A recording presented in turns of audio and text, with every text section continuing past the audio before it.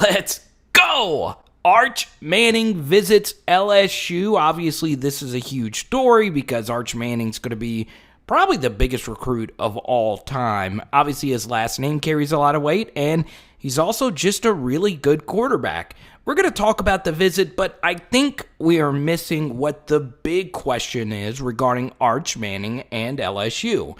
So obviously, it's good news that LSU gets a visit from Arch Manning because this is a guy that's visited Texas and worn Texas gear, and he's also visited Clemson and worn Clemson gear. And we know Arch Manning's ties to the Tennessee program and the Ole Miss program because of his uncles. So obviously his recruitment's going to be wide open. He's going to be able to go wherever he wants to go. And look, he is a very special quarterback prospect. I have watched that ball flip that he did against Clemson 1,000 times over. He did at the Clemson camp. And look, he's really, really, really good. But then again, he is just a 2023 prospect, which means he is a rising junior. And this is what's going to happen with Arch Manning. The discourse has already gotten up to the Max Kellerman and Stephen A. Smith first take level, which obviously makes Arch Manning an A-list story because how many times do you ever hear them talking about football recruiting? So this entire ordeal is going to be a circus, not because of who Arch Manning is as a person, because, well, I don't believe he has a Twitter account. He's not, this look at me guy, but obviously his last name being Manning, and obviously being the nephew of Eli, Peyton, and the grandson, of course, of Archie, and of course the son of Cooper. He's hilarious. I like his stuff on Fox Sports. The Arch Manning discourse is going to get pretty wild. So his visit, let's touch on this as well. His visit did also feature Bo Bordelon and A.J. Johnson, who are both 2022 LSU commits. So obviously, Arch has a relationship with his high school teammates, and that does help LSU in their pursuit of getting Arch Manning. But this is a big question if you are an LSU football fan regarding Arch Manning. And I do think it is a very important question. It's not, can we land Arch Manning? Because the answer to that is yes, of course. He's in New Orleans. Ed Orgeron's a championship coach. Jake PEETZ is from the NFL. There's a lot of things going to LSU and going in LSU's favor regarding Arch Manning.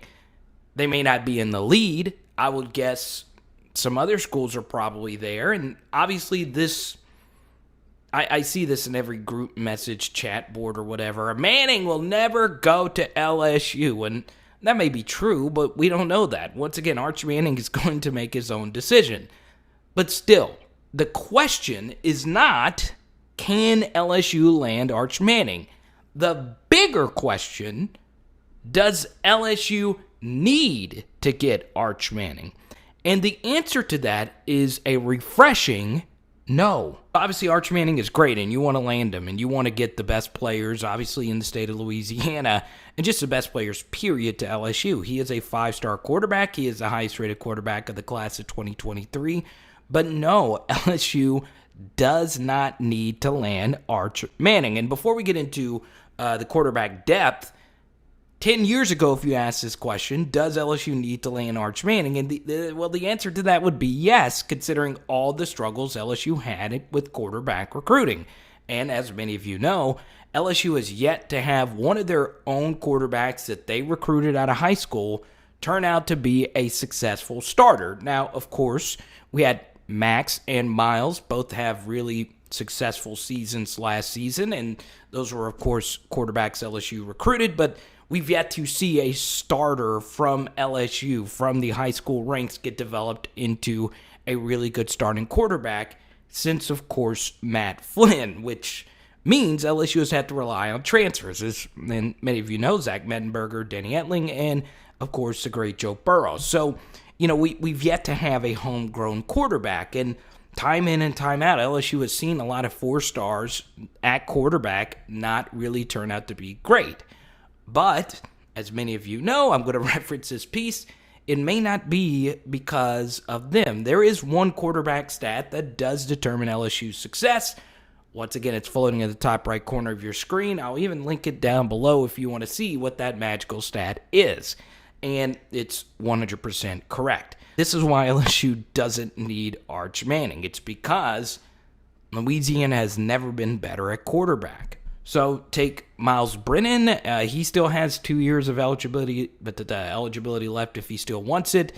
And obviously him and Max are going to battle it out for the starter's role. And Max has 4 years of eligibility remaining. LSU also has Garrett Nussmeier, who I truly believe in. I've done a lot of deep dives on NUSS. I'll link that one down below as well. NUSS is also in the equation there, and that doesn't include the stockpile of quarterbacks LSU has in their pipeline. Walker Howard, who I think is really special, is also committed to LSU. And then after that, in the class of 2023, it's not just Arch Manning. The class of 2023 will have its best set of Louisiana quarterbacks in quite some time. I mean, you may have to go back to, I don't even remember what year, but maybe someone smarter than me can remember this. I do think Peyton Manning and John Booty were in the same class, right? But either way, it's been a while since LSU's had this many quarterbacks in the same state, where in the class of 2023, LSU not only has Arch Manning, they also have Ricky Collins, who just picked up an LSU offer this past weekend. They also have Eli Holstein, who has really lit it up at Elite 11s, just in the state of Louisiana at Zachary High School. So, it's pretty crazy what has happened in the state of Louisiana. They're starting to produce quarterbacks. And the truth of the matter is, whether it's Walker Howard, whether it's Garrett Nussmeier, or Max Johnson, if he's still starting, all three of those guys can be phenomenal starters at LSU. And to have Ricky Collins and Eli Holstein in that same class with Arch Manning, it may not matter if Arch Manning wants to come to LSU or not, because LSU is going to be so loaded at the quarterback position. But this is a big thing you want with Arch Manning. If he doesn't decide to come to LSU, which, let's not get it twisted, the best case scenario, of course, is Arch Manning choosing to go to LSU. That would obviously be the best thing for us as LSU fans. But if he doesn't go to LSU, the school you want to get him is Texas. And the reason why is because, if he goes to Alabama, of course he's in the SEC West, and you want to avoid Arch Manning going to any school in the SEC West. And obviously you would prefer him to go to Ole Miss instead of an Alabama or Texas A&M that has a little bit more of a championship recruiting framework. You also don't want him to go to Florida because you play Florida every year in the SEC East, and you don't want him really to go anywhere in the SEC. You also don't want him to go to Clemson because at that time, we're going to be in a 12-team college playoff, and Clemson is going to be making the college football playoff every year. So based on the teams that we know that are going to be in the running for college football playoffs, and just in general, Texas, I actually believe in Sark at Texas, but I want to see it first. Texas would be the best case scenario, because I'm not so sure if Texas is going to be making college football playoffs. There's just so much dysfunction with that program. Once again, I actually am a believer in Sark. I do believe he can win really big at Texas.